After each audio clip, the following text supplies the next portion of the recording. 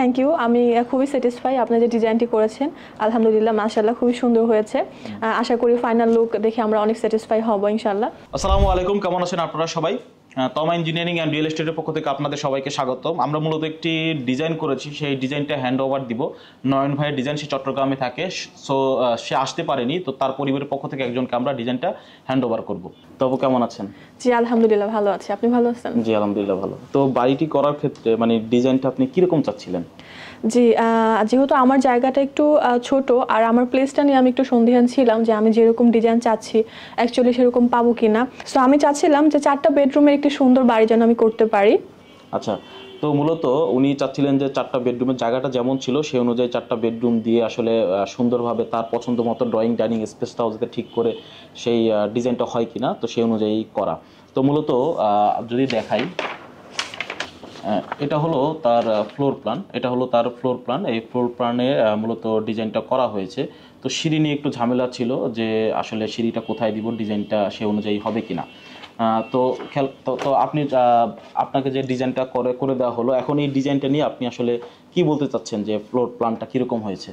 জি, আমি আসলে চাচ্ছিলাম যে আমার যে জায়গাটা আছে এই জায়গায় আমার যে বাড়িটা হবে 4টা বেডরুমের, সো এই 4টা রুমে যেন খোলামেলা হয় আমার এই জায়গার ভিতরে। সো আমি এরকম একটি ডিজাইনই পেয়েছি আলহামদুলিল্লাহ, যে 4টা রুমই বেশ খোলামেলা আছে, ড্রয়িং ডাইনিং ইভেন আমার যে বেডরুমগুলো। সো আমি এই ডিজাইন পেয়ে খুবই স্যাটিসফাই আলহামদুলিল্লাহ, আমার খুবই পছন্দ হয়েছে ডিজাইনটি। তো আপু, খরচের বিষয় যদি বলি, তাহলে খরচের বিষয় নিয়ে আপনার কি সমস্যা ছিল একটু বলবেন? আসলে আমি যেরকম ডিজাইন চাচ্ছিলাম যে আমার 4টা রুমের একটি বাড়ি হবে, সো আমরা সবাই কিন্তু চাই যে আসলে কম বাজেটের মধ্যে বা কম খরচে একটা বাড়ি গড়ে তুলবো।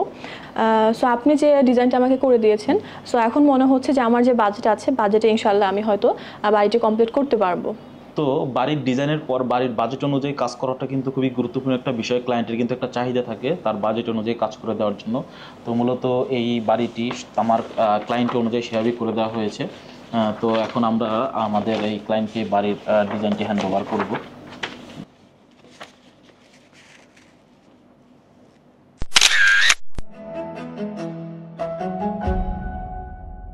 Thank you. আমি খুবই স্যাটিসফাই আপনি যে ডিজাইনটি করেছেন।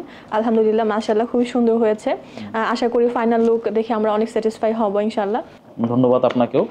তো ডিজাইনটা আপনার কাছে রাখবেন। আর আমাদের নতুন ক্লায়েন্ট সম্পর্কে যদি আপনি কিছু বলতেন।